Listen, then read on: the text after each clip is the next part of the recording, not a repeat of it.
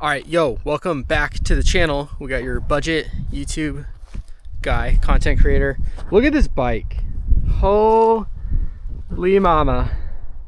It's quite dirty because it's quite slick out right now, but my word, what a beautiful thing. Yeah, so this is the Propain Sresh SL with the TQ HPR 60 motor. My brand new bike.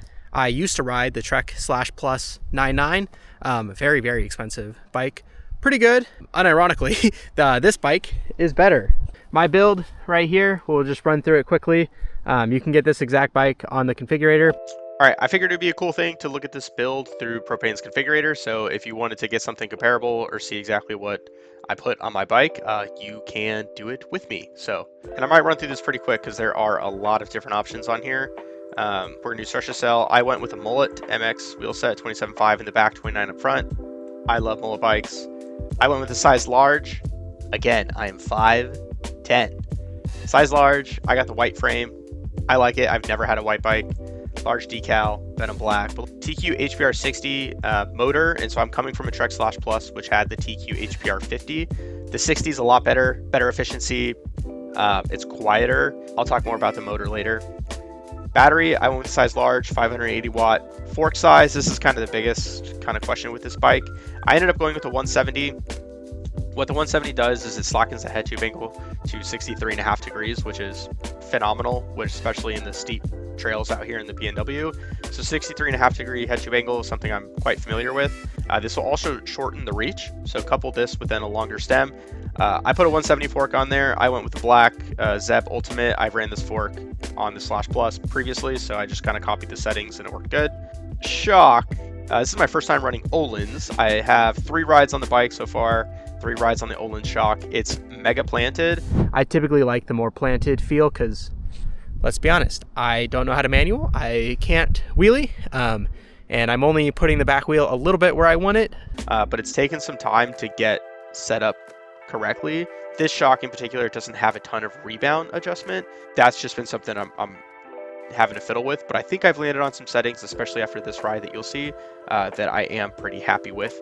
Plus, I think the white and yellow looks super good. Drivetrain, tried and true SRAM GX Eagle transmission. Handlebar, 1-up carbon 35 mil rise. Ended up cutting them to about 770. Grips, I did go with a 1-up, but I actually went with the thicker grips. They're my own because I broke my hand, so I can't make a fist. So I need the thicker grips to be able to ride a bike. Stem, we talked about the Millennium 45, extends the reach slightly to something I'm super comfortable with. And then the seat post, we have a 1-up 210 dropper post. So this is slammed all the way to the bottom.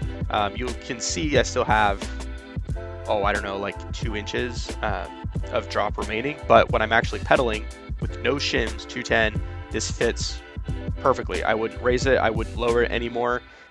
Brakes, went with the Maven Silvers.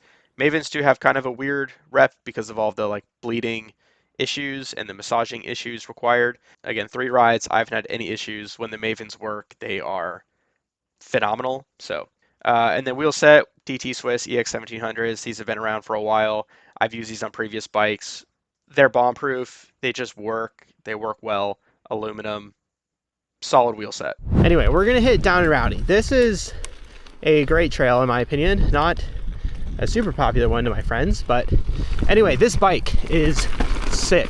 Like I mentioned, my setup has it feeling ultra planted, but it's still very much an agile bike. Like, holy cow.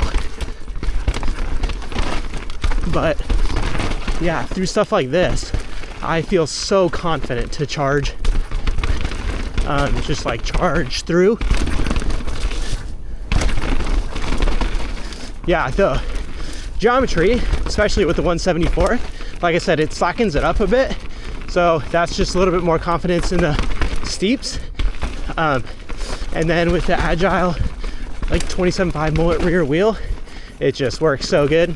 The other thing I'm a huge fan of with this geometry is it still has a lengthy chainstay, and shout out Brian Cahill.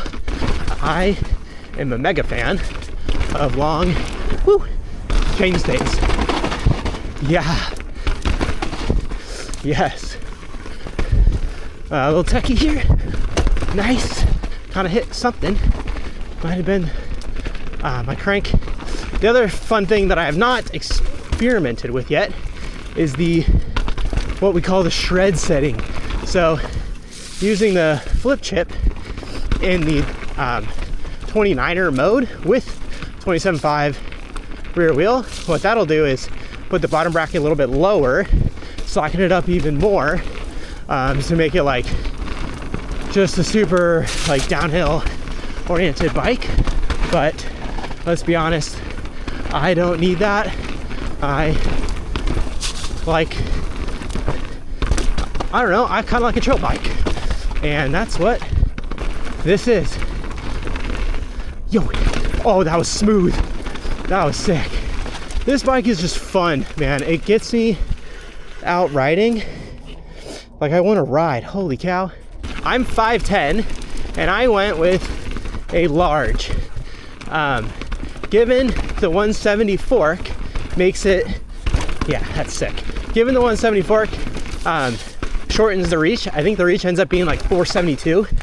That to me is pretty phenomenal. Like, I love that reach number. So super into that. I also do want it to be a little bit more stable because again, that was a little dicey. It is a trail bike. So unlike my Slash Plus, that was a high pivot, 170, 170. This is not quite as forgiving, but I don't really want it to be as forgiving. I'd rather it be agile, playful, because I'm not always doing like the Horn and Vulture Ridge and whatnot. A lot of times I'm doing chill after work rides, and having a more lively bike that's still quite capable sounds way ideal.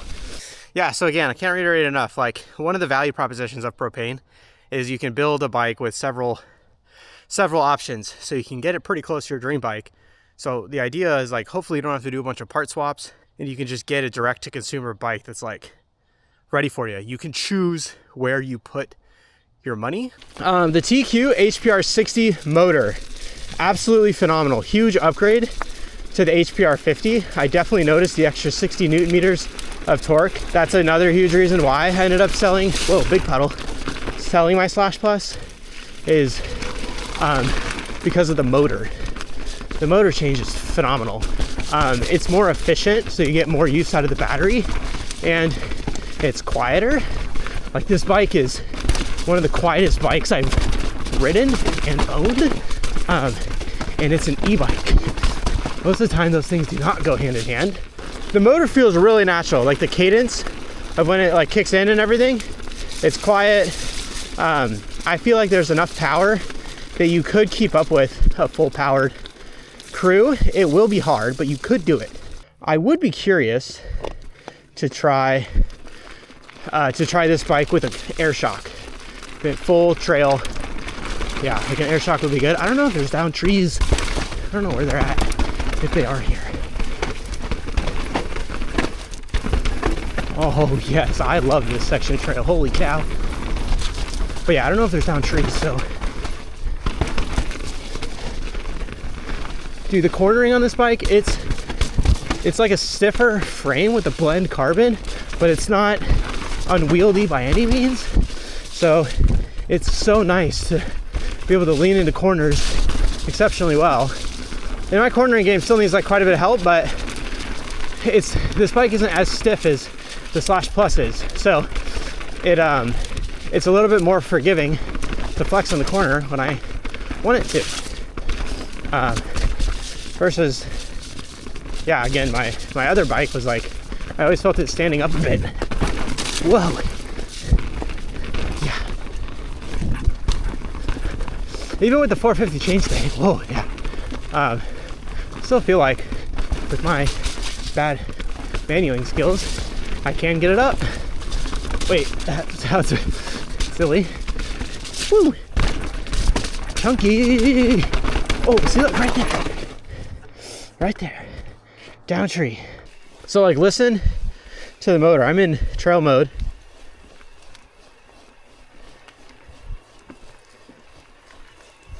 it's barely audible. Like, you can legit barely hear it.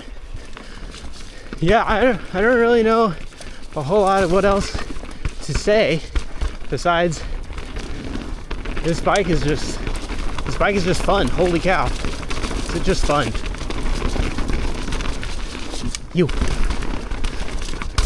I don't know if there's down tree. Yo.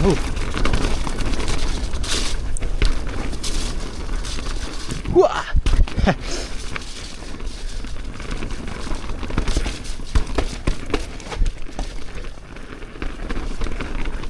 You.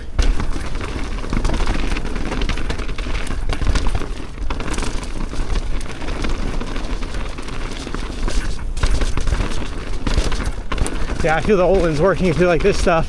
Feels crazy planted, which is exactly where, like, what I wanted to feel through stuff like this. Up high. Yeah. Call that there. Just a quick first impressions, one descent of my new Sresh SL. I love this bike. Okay, I just finished my ride. I was gonna do maybe a little bit more, but my legs are like honestly tired. You might have mud on you. Hold on. Yeah, on the last descent, my legs were like cooked. And so I have info for you. So my whole ride was 16 miles. It was 4,646 feet of elevation. Moving time was 1 hour and 52 minutes. And I have 21% battery remaining. I think you can see that. 21% battery remaining. And it was a combination of like mostly boost and trail mode. I never went into eco, but yeah, 21% remaining. I was done before the bike was, which is sick. So yeah, anyway, here's another whatever look. Don't forget the most important trail of the day is next one, and I'll see everybody in the next video. Bye.